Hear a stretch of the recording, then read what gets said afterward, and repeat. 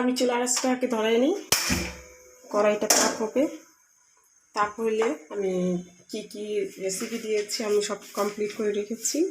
তো আমি বেসনটা দিয়ে তারপর আমি তেল ঢেলে দেবো, কীভাবে তৈরি করতে হয় তারপর আমি দেখাতে হবে। এটা লাগাইলি পরে আমি কি কি দিয়েছি। এটা আমি আদা রসুন দিয়েছি, হালকা একটু গোলমরিচ দিয়েছি একটু ঝালের জন্য, তারপরে ডিম দিয়েছি, পেঁয়াজ দিয়েছি। এটা রেসিপিটা তৈরি করে রেখেছি। তো আর এখানে আমি রেডি করে রেখেছি। তো এখন আমি বেসন দিয়ে এটা ভেজে নেব।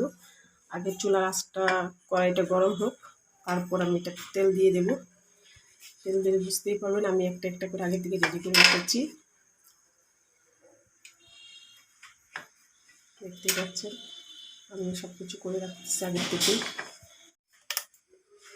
হ্যালো ভিউয়ার্স, এই যেন আমার চুলাটা কড়াইটা আঁচ এসে পড়েছে। তো আমি তেলটা ঢেলে দিচ্ছি। অবশ্যই একটু বেশি করে তেলটা দিবেন, ডুবা তেলে বাঁচতে হবে।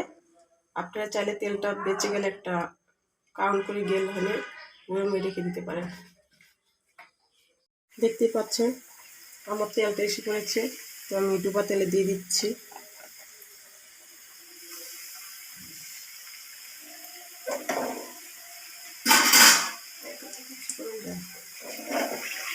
ঠিক আছে,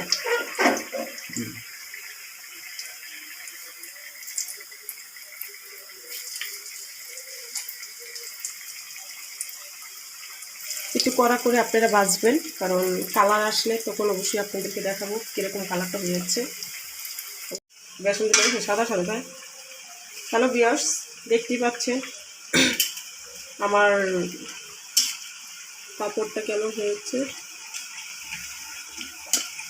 এটা হয়েছে ফুলকপি, পাতাকপি আছে যেটা, সেই পাতাকপি বড়া। তো বুঝতে পারছেন, এই যে আমি এখন নামাচ্ছি। আর আপনারা অবশ্যই চেষ্টা করবেন ডুবা তেলে এটা ভাজার জন্য, কারণ এটা আমি করেছি দুই কালার হয়েছে। কিছু আমি বড়া করেছি আপনার বেসন দিয়ে, আর কিছু করেছি বেসন ছাড়া। এটিও হয়েছে আমার বেসন ছাড়া, তার জন্য এরকম কালার হয়েছে। নামিয়ে রাখতেছি। আর যেটি এইগুলো কালার দেখতে পাচ্ছেন এটি আমার বেসন, এটি বেসনের কালার দেখতে পাচ্ছেন। আমি একটা একটা করে উঠে নিচ্ছি।